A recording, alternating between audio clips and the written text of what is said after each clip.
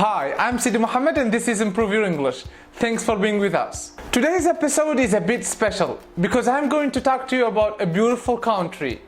Today we are going to talk about Mauritania. So today you are going to talk about Mauritania? Yes, that's great. Sorry, did you just say Mauritania? Yes, I did. Why are you guys here? That's great. Well, we're here to help. Exactly, we're here to answer any questions that you might have about Mauritania. Okay, great, because I have a lot of questions for you. On my Facebook page, we have people from all around the world. So if you're watching this and you are Mauritanian, this video will help you talk about your country in English. If you're not Mauritanian, this will be your chance to know a few things about Mauritania while working on your English at the same time. So it's a win-win strategy.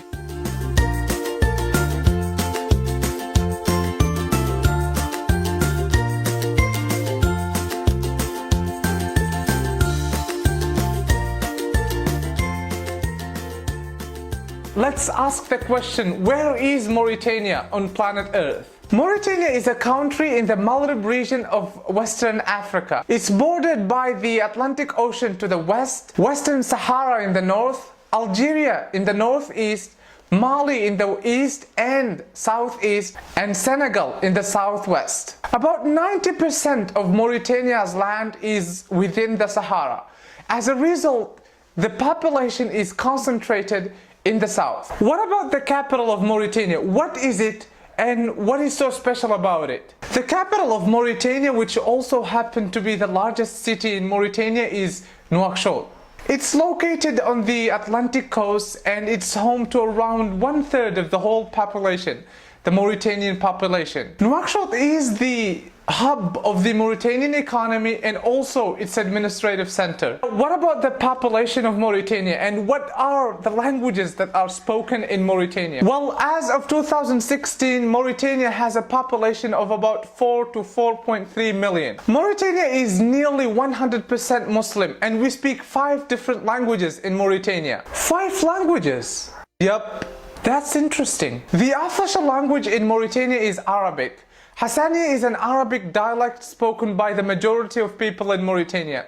Then we have Soninké, Salam alaikum Dakhakoni, Wolof, Salam alaikum Nangan Dafak Chono, and Polar, Salam alaikum Number Daya Tempere. The 5th language is French, and it's our 2nd language. It's used widely in the media, and it's also used to teach scientific subjects in schools and in the university. What about the dress code in Mauritania? I mean, it looks a little bit bizarre, doesn't it? Mauritanians are really serious about the way they dress. To give you a few examples, in Mauritania, men usually wear draa or the khaftan. Women, on the other hand, wear melhfa, for instance. We like the way we dress and we try to do our best to dress like this in Mauritanian style. Now let's talk a little bit about the Mauritanian economy, shall we?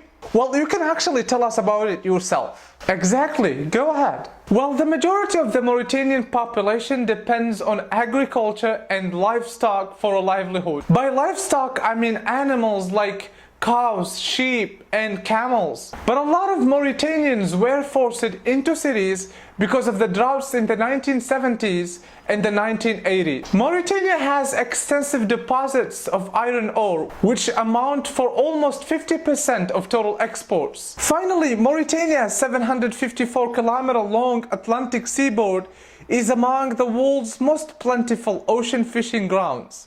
It contains a great diversity of species. According to some estimates, the total capture by year often exceeds hundreds of thousands of tons. Now there is this saying that gets thrown around about Mauritanians, and it goes like, whenever 2 Mauritanians meet, the third has to be tea. So why is that? And what is so special about Mauritanian tea? You see, Mauritanians have their own way of making tea.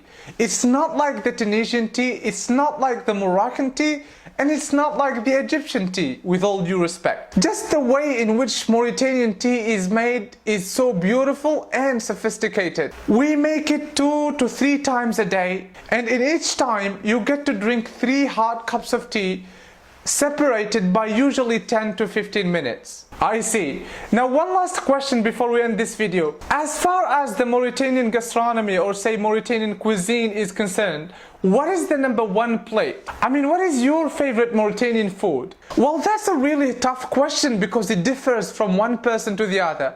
But in my opinion, I would say rice and fish, which we locally call maro al-hout, right? I absolutely agree with you. Tebojan is my favorite. That's it for this video. I hope you enjoyed it, guys.